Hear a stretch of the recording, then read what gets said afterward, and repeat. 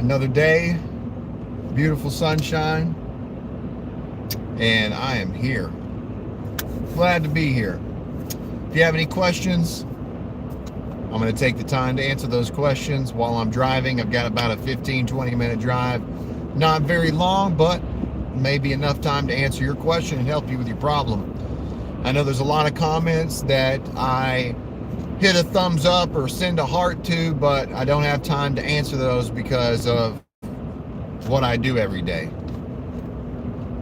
I'm working towards making YouTube maybe a full-time someday. If that happens, then I'll have more time to do videos for you. So, driving to a job. We got a crane lift this morning. Crane drivers lifting some trusses for the Amish this morning on a project, and they should be hopefully to us by 10 o'clock. Crews on site, headed that way. Make sure we get the right unit unloaded off that roof. Best advice for residential tech moving into full commercial. Woo, okay.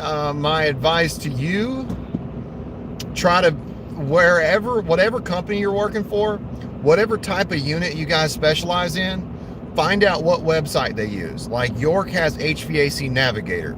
Samsung has a website. So for whatever commercial systems I'm installing, whether it's York American Standard, my advice to you is find out the website you guys use to do your warranty and get your product literature information so that you can actually get better training. Download those install manuals for those commercial units you're going to be working on. Read the manuals. Try to find that website so that you can try to find the videos that are on the website that are all about training. Like York HVAC Navigator, they have a training section on that website, and there's a bunch of videos like how to use Map Gateway, how to know more about the SSE Simplicity control boards. So that would be my first bit of advice for you if you're going from residential to commercial. Then the next thing would be, let's see, residential to commercial. If you got a territorial manager you can talk to that comes to your office, ask them questions. Let's see. Oh, okay, I got a good one. Whatever distributor you use, ask the owner of the company or the territorial manager of that distributor that comes and visits the office. Ask them if they have training, and ask them if they have commercial training and what day it is and what month it is. That way you can try to schedule yourself to go up and try to partake in some of that training. Let's see, if you're moving from residential to commercial, you have maintenance schedules. You're probably going to be doing maintenance. You're probably going to be doing filters, belts, stuff like that. As you do maintenance, you're going to learn more about the layout, the design, the components, how they work, and that good stuff.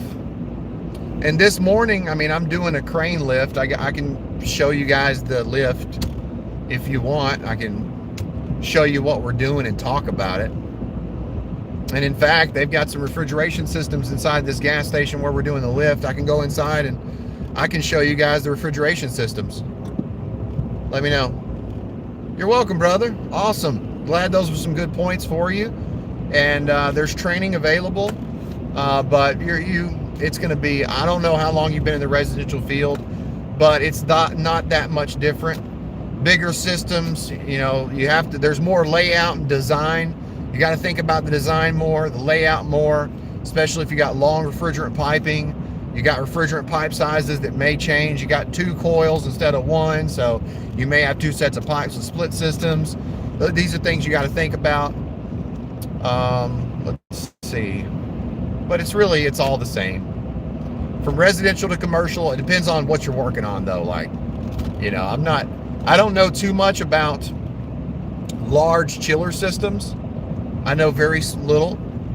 You know, modular air-cooled chillers, I know quite a bit about those, water-cooled. So, yeah, what questions you guys have? Hope you're healthy and happy. Hit the like button if you're watching this video. And I really appreciate it if you do. Going into working with chiller systems this summer, I'm honestly terrified. If you come across any chiller repairs, would appreciate that. Don't be terrified, man. You really just need somebody to walk you through and show you a system, you know, show you the cooling tower, show you the pipings, show you the boilers, show you the air handler, show you the evaporator, the condenser, the compressors. It's really not that complicated. It's just like a split system. You have this component that does this, you have this component. So of course your condenser is connected to your cooling tower, your evaporator is connected to your air handler and your condenser. And question, have undersized ductwork in the house on a furnace, thinking instead of replacing ductwork I would change out to a smaller fan motor. What do you think? Okay, so I don't know if I would do that, but it depends on the load of the structure. Like, have you done a J load? What does the load calculation say? Cool, Ramon. What's up, Ramon, my brother? On that over under, I wouldn't change the fan size. I would keep the same fan. Can you add a return? Can you add a return right at the furnace? Can you add a return somewhere? Can you add more supplies? Is it a basement? If the duct's in the basement, add a couple vents in the ductwork for the basement. And maybe that will alleviate some of the high static you're having, because if your ductwork is undersized, then you know you're having really high static and the noise levels are really high. Can you just increase the trunk size, the first 4 feet, and take off a couple of your lines there? And you know, maybe that can help you with that situation. You have helped me out a ton, man. Please don't stop making videos. I won't stop making videos, man. I like making videos. I need to do better. I need to make better videos. I've got a lot of new videos that I want to do. Like this week, my idea was to do a video about balance point and teaching you how to set a thermostat to hit the balance point, or to set up a thermostat and put the balance point in for a dual fuel or a heat pump. And then I wanted to talk to you about how to actually figure out what the balance point is for a heat pump. Most people don't know how to fill out a balance point chart. And then one other thing I wanted to go over was I wanted to go over the CFM calculations and how to figure out what your BTU is. I did a video on that. I did a video on airflow and how to figure out CFM using a TVA CFM checklist. But I didn't really go in depth on it, and I want to go in depth because this is knowledge that you can utilize to be able to figure out more about the equipment and exactly what it's doing and how to adjust fan speed to increase or decrease the BTU of the equipment. So, and also to adjust the CFM. So yeah, that's something I want to do. Airflow is the #1 problem in the field, man. So, but I won't stop making videos. I'll keep going. I like it. I enjoy it. And there's so much more content to do. Getting back into HVAC, you have been a blessing. If we had information like this 10 to 12 years ago, would have saved a lot of headaches. That's awesome, man. That's awesome. Yeah, that's what keeps me going. You guys commenting and saying things like that, that's what keeps me going. That's what makes me more motivated, because there's another side of people who don't want me to do these videos, and I don't even listen to that. I just keep that out. I don't want to have any of that negativity or, you know, anything that's not going to motivate me. Always be your motivation. Always be inspired and know that what you're doing is making a difference. If you're in this field, you know, some things can be an emergency for people, and you being there to help them is very appreciated by them. So yeah, I'm not going to stop making videos. I got more videos to come. And I've got more products that I'm going to be reviewing, guys. I mean, I got so many companies sending me products that want me to review their products. Some of them I don't review. There's a lot of companies that send me products and I never do the review. And that is because I need to make sure that it's something that is related to HVAC, because you guys, or it's something to do with growing. I like growing. I like greenhouses. I like gardening, things such as those. What state are you working in? I am working in, oh, and also Just Hunter, thank you so much. Really appreciate your comment and your support and you watching my videos, man. So what's the other one? What state are you working in? I'm working in Tennessee. I'm an hour and a half from Nashville, hour and a half from Memphis, an hour from Jackson. With let me even see his gate. Top secret. Oh, that's sad, brother. There's a lot of that going on in this industry. There's a lot of people not wanting to teach the new guys what they know. I guess because they think it's going to change their position. But honestly, in my opinion, if you're not growing and you are not learning every single day, if you're not trying to do more than what you're doing in this industry, you will get left behind, because there's so much new technology. There's so many different things that are coming out every single day. Package units and split systems are getting more and more efficient. Okay, so we're going to have to learn. It's going to constantly be learning. Not learning, you're not going to be ahead. And I do not like the fact that people don't want to train and don't want to educate, especially those that are willing to learn, those that are willing to help, because there's such a labor shortage. There's not enough people to do the jobs. I am constantly turning down work. Constantly. I am just constantly turning down work. We've got probably 30 or 40 jobs on the board right now. And it's not even summertime, and we're already booked. We're not going to take new customers this year. We don't take new customers during the summer because we can't take care of everybody. And the reason we do that is because we want to take care of our customers. So if I take all these new customers, because people are moving here, this is a migration that's happening to Tennessee. Tennessee is like top 5 states to move to right now. So if I keep taking all these new customers, then I can't take care of my regular. And so that's where we're at. But that Just Hunter, man, I'm going to keep doing videos just because, man. Just because, so that I can keep putting that knowledge out and you keep learning. Cool, Ramon, 400 CFM per ton. That is correct, my brother. It's 350 to 450 CFM per ton. I base all of my duct sizing off of 400 CFM per ton. It's always worked. Every job I go to that I commission, all the vents blow the exact same. We do a reduced size plenum system, so we're taking about 30% of the air, and then we're reducing the size to maintain the static, because I base the duct size off of medium static. You know, we got 0.1 being low and 0.8 being high, and I go 0.05. So 0.01 to 0.08 maximum. I think 1 inch of static is maximum on some, but 0.05 is what I use. Thanks, Tad. I appreciate the info. Joe T, brother, you're welcome, my friend. What we got? Connor Warden. We are down in Columbia, Tennessee. Been watching a while. Keep up the videos coming. Awesome, Connor. Thank you so much, my brother. I'm going to keep them coming for sure. And I'm very grateful that you've been watching for a while. I'm grateful that all of you guys have been watching for a while. I cannot believe it. I'm so glad that I started putting the knowledge out there. I wish I'd have done it 5 years ago. I mean, I wish I'd have done it 10 years ago. But maybe I wasn't where I needed to be, but I'm here now. Are you hiring? Oh, yeah. I'm always hiring, man. You know, we're always hiring. But really, it's hard to find people that...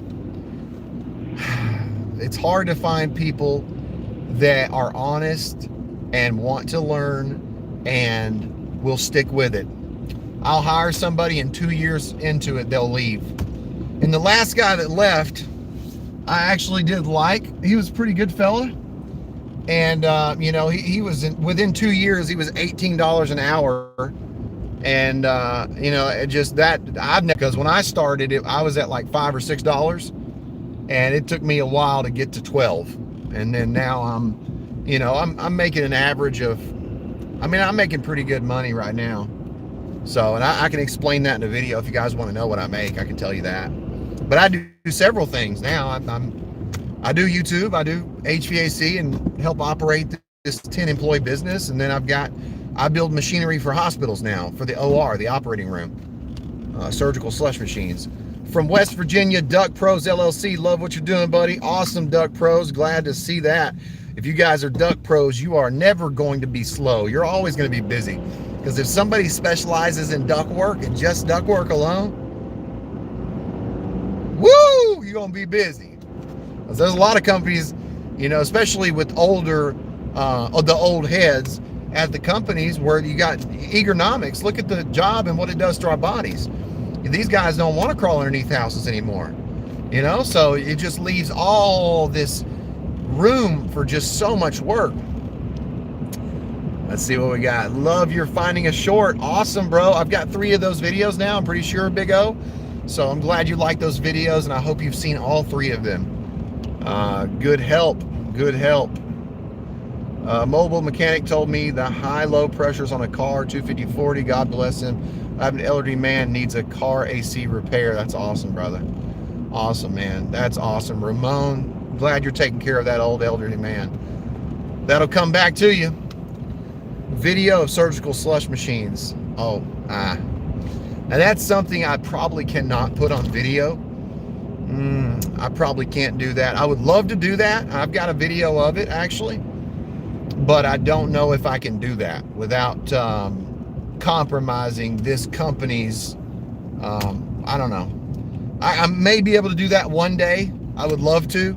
I build a refrigeration system from scratch, and that refrigeration system then makes surgical slush, and there's an agitation motor in there. There's a gear motor that drives a shaft, and it has a disc drape on top, and the surgeon, when he goes to do open heart surgery and any kidney transplant, organ transplant, he'll take and turn that refrigeration machine on, and then turn the auto stir on. And about 30 minutes later, there'll be nice slush, and they'll pack the body with that, or when they take an organ out, they'll put it in a bag, and they'll place that in the surgical slush machine. It'll keep it nice and chilled until they can transport it or store it. And that's something I started doing in November, so it's not been November, December, January, February, March, April.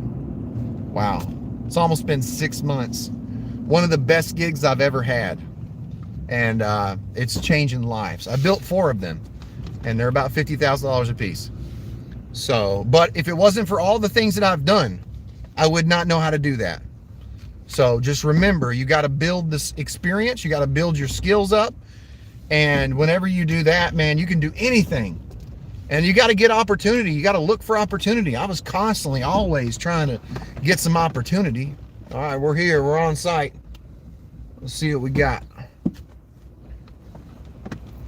think I'm going to probably park over here. There's Bob and Dustin.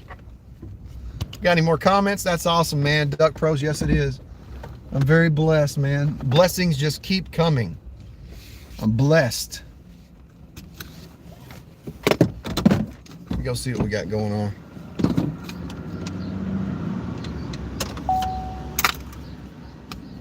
I would fly my drone up, but I broke it. Broke my drone, see? I broke one of the legs off. So I did that. Flew into a tree. What's up, guys? Just waiting on the crane? Has he called yet, Bob? Got it. All right, I'm gonna take you guys up on the roof.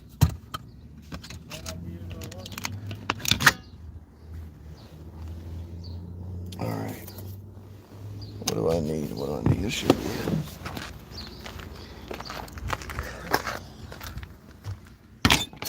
Let me take my...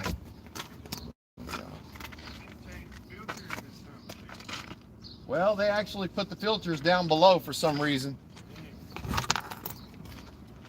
I don't know about in that one. It's You want to come say hi to the camera? No. No? I seen you were doing a video. Yeah. This is the B&D team, man. This is Well, Dustin. I'm gonna go take him on the roof, teach him something, man. Oh, yeah. Hey, Bob.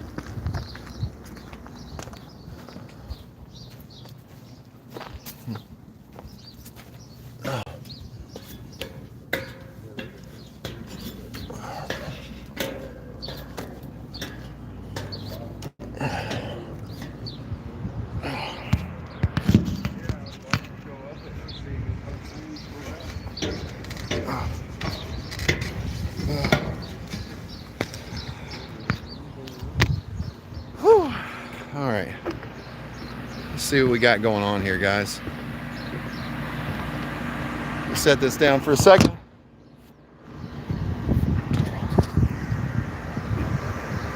So we're going to change out this ZF60 3-phase 230 volt York package gas unit. There's the other unit on the gate truck. We don't need a curb because this is a direct fit, direct replacement. And you see this unit right here, it needed a curb because it wasn't a direct replacement. Anytime you go to get a price on a commercial package unit like this, you need to measure the existing curb. You need to take the panel off of the supply and return panel off. You can take this one off too. And you need to measure the inside. That way you know how big your supply, how big your return is, and what side it's on. Now, sometimes there is a curb adapter already on here. This is a curb adapter. You see it sets on the curb and it adapts for the new unit to fit right on the existing curb. Well, on top of the curb adapter. But sometimes there's a model and serial number. You can get that. You can give that to the commercial salesperson at the distributor, and that'll give you what you need. We got our tools ready. Anytime you want to take out a commercial package, you're getting ready for the crane, you need to take the wiring loose, take the disconnect off. Disconnect was right here. And this is a 060, so it's 60,000 BTUs, 5 ton. Took the gas line loose, took the disconnect off. And there's the wiring. As we lift the unit, we'll straighten those wires up so that they go through the bottom of the package unit. Look at that micro channel coil, man. Micro channel. There's the disconnect box, 3-phase. There is the old manual outdoor air. We've got a new manual outdoor air that we're going to put on this unit. And that's where the old one went. Here's the evap coil where the filters were. So there's a condensing unit for a freezer, condensing unit for a cooler. Cooler stays 30 degrees, freezer stays 0 degrees. Okay. So now we wait on the crane. When the crane arrives, what is that sound?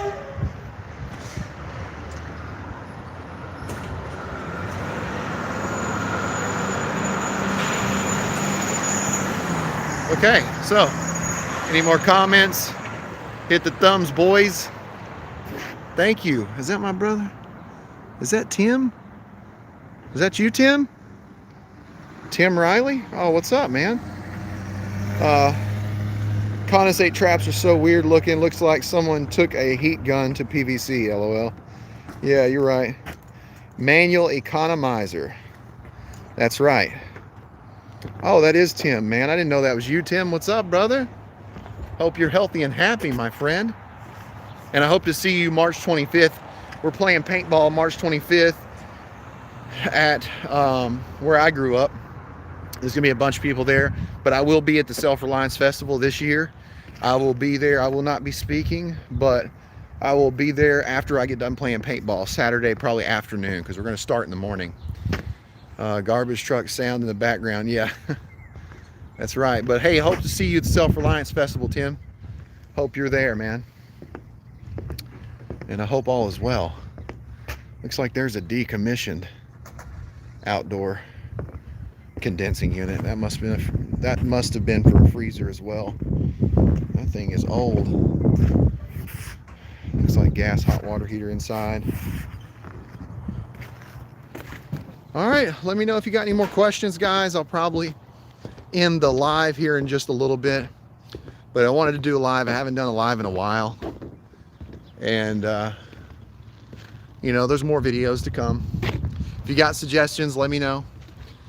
I'm open to suggestions and want you guys to stay healthy and stay happy and always be learning. Was nice to see you this morning. Made my day, buddy. Excellent, brother. Love you, man. Thoughts on apprenticeship versus going to school? Apprenticeship, 100%. Don't go to school. I like learning. I like education. I like school, but when it comes to experience in the field, nothing beats that. Nothing beats hands-on. It's like somebody that goes to high school and then somebody that goes straight to work. Who's the person that's going to be more successful? Who's the person that is going to, and you know, it really, honestly, if you're going in the medical field, go to school, go to college. You know, might be the only way you can actually get the certificates and be able to actually be in that career. But when it comes to in this industry, in the construction trade, in the HVAC field, go straight into the field, get with a good company, and just figure out your opportunities. How widespread is your service area? We service from Nashville all the way down to Pulaski. So we only do about 60 miles. Again, we're so booked and so busy that we don't have enough people to even do work, to even grow the business. I'm not focused on growing the business. I'm just focused on coming in and enjoying my day. And, you know, I've got jobs. I got 3 crews running 24/7. Well, not 24/7, but, you know, 7 days, 5 days a week. Could do 6, 7 days a week. But we take it one job at a time. You know, with 3 crews, we're doing 3 jobs a day. So it's a lot, especially when you only got 2 technicians. But that's awesome, Connor. You guys have a widespread area. I'll be at SRF. Looking forward to seeing you. Paintball sounds like a blast. Yes, sir, Tim. It'll be awesome. And I'll be glad to see you as well, my friend. Catch up. Hey, all. Hey, Duke. Unions in Tennessee. I'm an Illinois 4th year apprentice in UA 137. I did both school and apprentice. OJT, only way to go. Travis, what's that, OJT? Going from commercial pneumatics 10 years ago, coming back into trained digital BAS systems, the world has for sure changed. Oh yeah, it is. Oh yeah, it has. And I was actually taking apart a Johnson Control pneumatic system at Carhartt the other day because I was trying to install some relays and the wiring was tied into the pneumatic system, and just looking at it was like wow, this is how stuff used to work. You got these air lines that are traveling all across the building. Pretty cool though. Pretty cool. Thank you guys for hitting that like button. Whoever hit that like button, really appreciate you. Anything else? Don't forget the drive-through, Tad. Yeah, I won't forget, brother. I won't forget.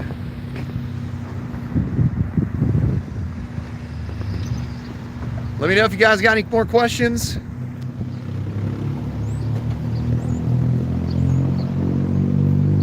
Let's see what Bob and Dust are doing.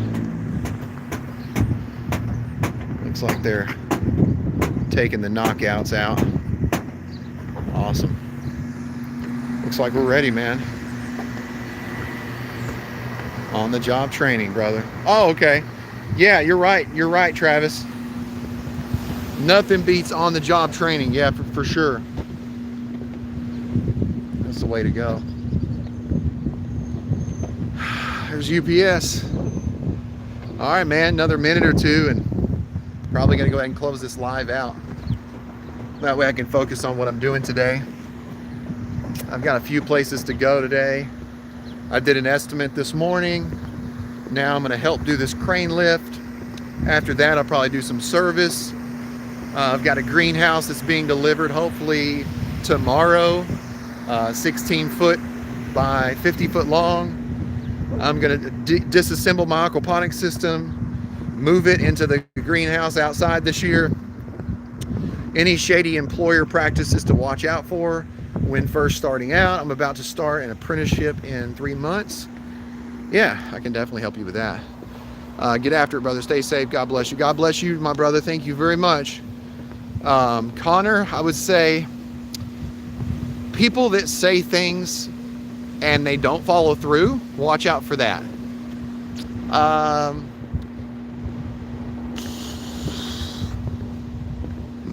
You know, when you're going to work for an employee, you need to ask them kind of what they expect, and you need to ask them about the pay and, you know, how to get pay raises and, you know, what the expected pay raise, when it will be and all that. You know, that way you kind of know. And, you know, you don't need to stay stagnant. You don't need to work at the same place for the same rate forever. You need to constantly be learning, evolving, and you need to be paid more. So, shady things to watch out for. I guess just You know, there's companies that have big meetings every morning. That's something I never understood. I get it. You need to talk to your employees. You need to get with them and, you know, say, hey, do you need anything? You know, and if your employer is not asking you, hey, do you need anything, or what, you know, then they don't care. And for me, when I go in every morning, I always ask everybody, hey, you need me? You need anything? You know, because I want to know. I want to be there to help. I want you to know that you can call me. And if you don't have that kind of support, then that's the employer that you don't need to work for. And I hope that makes sense. I hope that's good advice for you. You know, just somebody that's there. Somebody that asks you if you need anything. That's pretty important to me. So, I think that's it, guys. Stay healthy, stay happy. This is Tad reminding you. I'll keep you cool if you let me. I'm going to change this out today. Let's